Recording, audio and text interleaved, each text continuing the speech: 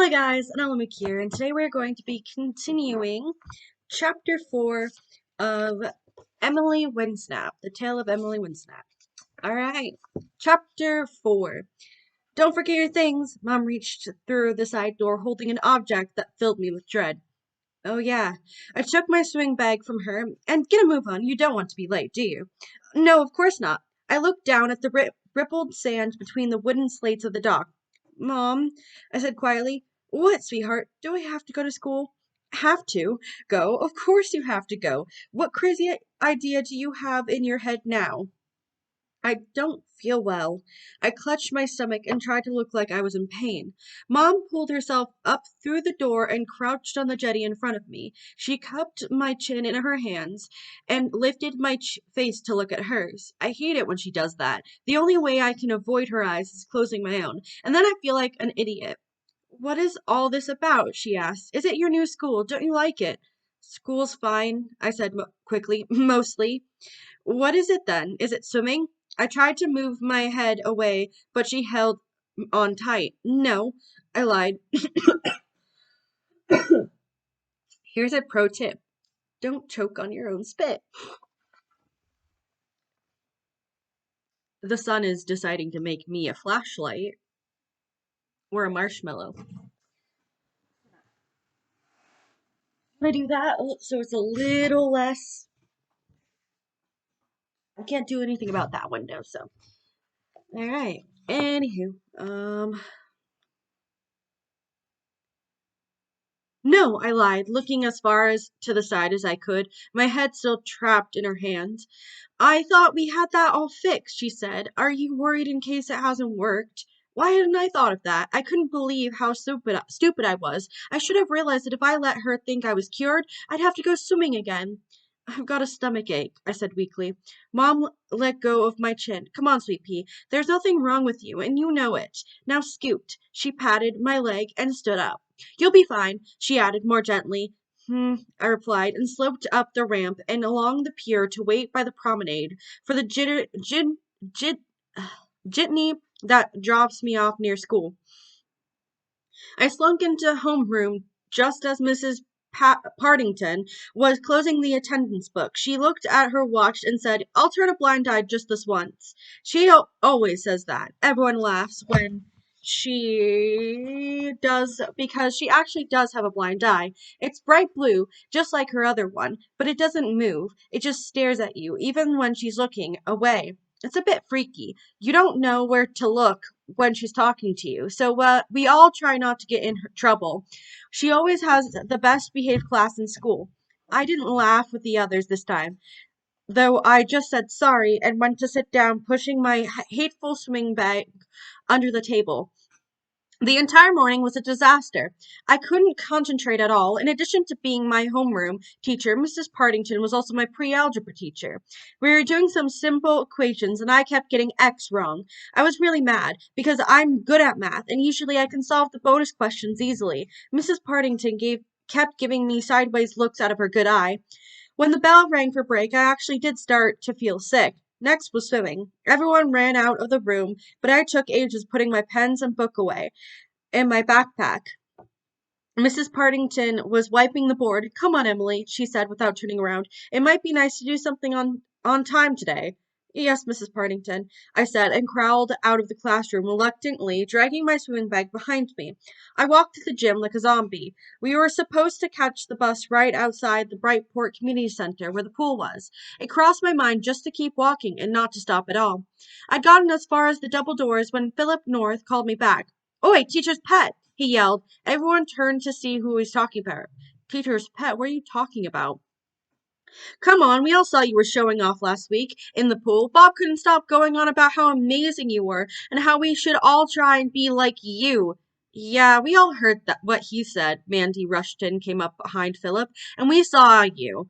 I glared at her speechless. She saw me? Saw what? My tail? She couldn't have. It hadn't even formed. Had it? I can't help it, I said eventually. Yeah, right, show off, Mandy sneered. Shut up.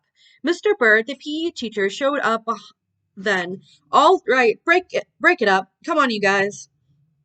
I found a seat on my own. Julia sat across the aisle from me. Philip is such a pig, she said, putting her bag on her knee. I smiled at her. He's only jealous because he doesn't know how to swim. Thanks, Ju. Move over, Jules. Mandy plunked herself down next to Julia and flashed me a smarmy smile. Unless you want to sit with the fish girl. Julia went red, and I turned to look out of the window as the bus bumped and bounced down the road. Mandy's words swirled around and around in my head as if they were in a cement mixer. Fish girl? What did she know?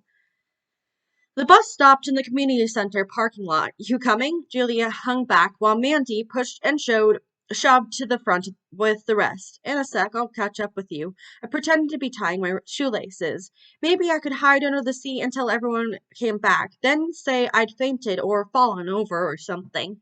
I could hear chattering outside at the window. Then it went quiet. A moment later, there was a huge groan, and people were shouting. But, sir, that's not fair! I heard Philip whine. I snuck a quick peek out of the window. Bob was standing there talking to Mr. Bird. The kids in the class were just milling around. Some had thrown their bags on the ground. Next thing I knew, somebody had gotten back on the bus. I ducked down again and held my breath, but the footsteps came all the way to the back. You're not still tying your shoelaces, are you? It was Julia. Huh? I looked up. What are you doing? I'm just doesn't matter anyway. She sat down. Swimming is cancelled. What? Pool's closed. Budget cuts. They forgot to tell the school. You're kidding. Do I look like I'm kidding? I looked at her face. She was totally miserable. I stared down at my lap and shook my head. God, it's just not fair, is it? I said, trying hard not to grin. Wonder what they'll make us do instead. That's what Mr. Bird's talking about now with Bob. They're going to send us on a nature trail, apparently. Duh, boring. I folded my arms, hoping I looked in as much of a huff as Julia. Bob soon turned back toward the building, and Mr. Bird announced with a smile that we're going to Macefin Wood. Mandy glared at me as she sat down across the aisle. I had to sit on my hands to stop myself from punching the air and shouting, Yes! I went to the bed really early so I could get a few hours sleep before sneaking out to meet Shona. I easily found my way back to the rocks again and was there first this time. A familiar flick of a tail spreading rainbow droplets over the water soon told me she had arrived. Hello, I called, waving as soon as she surfaced. Hi, she waved back. Come on. Where are we going? You'll see. She splashed rainbow water in my face and with her tail as she dove under. We seemed to swim for ages. The water reminded me of those advertisements where they pour a ton of melted chocolate into a bar. Warm and silky smooth. I felt as if I were melting with it as we swam. Shona was ahead of me, gliding through the water, and glancing back from time to time to check whether I was still there. Every now and then she'd point to the left or right. I'd follow her hand to see 100 tiny fish swimming in a formation like a gymnastics display, or a yellow piece of seaweed climbing up towards the surface like a sunflower. A line of gray fish swam alongside us for a while, fast, smart, and pinstriped like city businessmen. It was only when we stopped and came up for air that I realized we'd been swimming underwater the whole time. How did I do that? I gasped breathlessly. Do what? Shona looked puzzled. I looked back at the rocks. They were tiny pebbles in the distance. We must have swum a mile. Mile and a quarter, actually. Shona looked slightly sheepish. My dad bought me a swishometer for my last birthday. A what? Sorry, I keep forgetting you haven't been a mermaid very long. A swishometer shows how far you've swum. I measured the distance from Rainbow Rocks yesterday. Rainbow what? You know, where we met. Oh, right. I suddenly realized I was out of my depth, in more ways than one. I wasn't sure if it would be too far for you, but I really wanted to bring you here. I looked around. Ocean everywhere. What was so special about this particular spot? Why here? I asked. And anyway, you haven't answered my question. How did we do with all that underwater? Shona shrugged and tossed her hair. We're mermaids, she said simply. Come on, I want to show you something. And with that, she disappeared again, and I dove under the water after her. The lower we went, the colder the water grew. Fish flashed by in the darkness. A huge gray bruiser with black dots slid slowly its mouth, past its mouth slightly open in a moody frown. Pink jellyfish danced and trampolined around us. Look! Shona pointed to our left as a slow motion tornado of thin black fish came towards us, whirling and spiraling as it passed us by. I shivered as we swam deeper still. Eventually, Shona grabbed my hand and pointed down. All I could see was what looked like the biggest rug I'd ever seen in my life, made of seaweed. What's that? I gurgled. I'll show you. And with that, Shona pulled me lower. Seaweed slipped and slid along my body, creaking and popping as we swam through it. Where was she taking me? I was about to tell her that I had had enough, but then the weeds became thinner. It was as though we'd been stuck in the woods and finally made our way out or into a clearing in the center of it. Anyway, we'd come to a patch of sand in the middle of the seaweed floor. What is it? I asked. What do you think? I looked around. A huge steel tube lay along the ground. Next to it, yards of fishing nets sprawled across the sand, reaching up into the weeds. A couple of old bicycles were propped up on huge rusty springs. I have no idea, I said. It's like a playground. We're not really meant to come here, but everyone does. Why shouldn't you come here? We're all meant to stick to our own areas. It's too dangerous otherwise, too easy to get spotted, and this is really far away from where we live. Shona swam over to the tube and disappeared. Come on, her voice bubbled out from inside, echoing spookily around the clearing. I followed her into the tube, sliding along the cold steel to the other end. By the time I came out, Shona was already flipping herself up the fishing net, and I scrambled up behind her. Like it? Shona asked when we came back down. Yeah, it's wicked. Shona looked at me blankly. Wicked? Wicked. You know, cool? You mean like swishy? I laughed, suddenly getting it. Yeah, I guess so. I looked around me. Where's all this stuff from? Things fall into the sea or get thrown away. We make use of it, she said as she pulled herself onto one of the bikes. She perched sideways on it, letting herself sway back and forward as a spring swung to and fro. It's nice to have someone to share it with, she added. I looped my tail over the other one and turned to face her. What do you mean? What about your friends? Well, I've got friends, just not a best friend. I think the others think I'm too busy cramming to be anyone's best friend. Well, you do seem to work pretty hard, I said. I mean, sneaking out at night to study for a test. Yeah, I know. You think I'm really dull? Not at all. I think you're swishy. Shona smiled shyly. How come there's no one else around? I asked. It's kind of creepy. It's the middle of the night, Gilbrain. Oh, yeah, of course. I held on to the handlebars and swayed forward and back on my swing. It would be cool to meet other people like us, I said for a while. After a while, why don't you do words? My nose is so itchy. Why don't you then? You could come to my school. How? You don't have extra lessons in the middle of the night, do you? Come in the day. Come on Saturday. Saturday? She made a face. We have school Saturday mornings. Why not come with me this week? I'll tell them you're not, you're, lo- you, bleh. I'll tell you, I'll tell them you're my long lost cousin. It'd be evil. Evil? Oops, I mean, wicked. Sorry.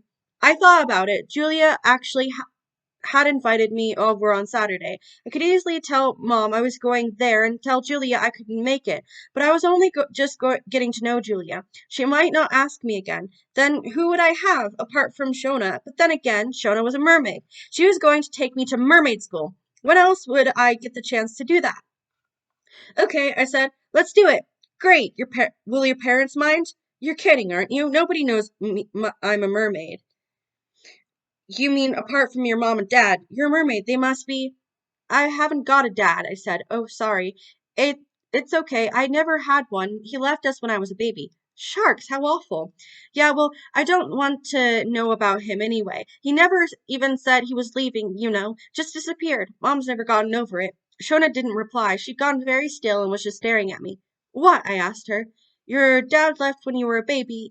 Yes. And you don't know why he went? I shook my head. Or where? Nope. But after what he did to Mom, he can stay wherever he is, as far as I'm. But what if something happened to him? Like what? Like maybe he got taken away or he couldn't come back to you or something. He left us and we're fine without him. But what if he didn't? Shona, I don't want to talk about it. I haven't got a dad, okay? End of subject. I watched a shoal of long white fish swim across the clearing and disappear into the weeds. Seaweed swayed gently behind them. Sorry, Shona said. Are you still going to come on Saturday? I made a face. If you still want me to. Of course I do. She swung off her bike. Come on, we need to head back. We swam silently back to Rainbow Rocks, my head filled with sadness stirred up by Shoner's questions. Of course, they were not so different from the ones I'd asked myself 100 times. Why had my dad disappeared? Didn't he love me? Didn't he want me? Was it my fault? Would I ever see him? Thank you for listening to chapter 4 of The Tale of Emily Windsnap. Thank you, and I'll look out. Peace.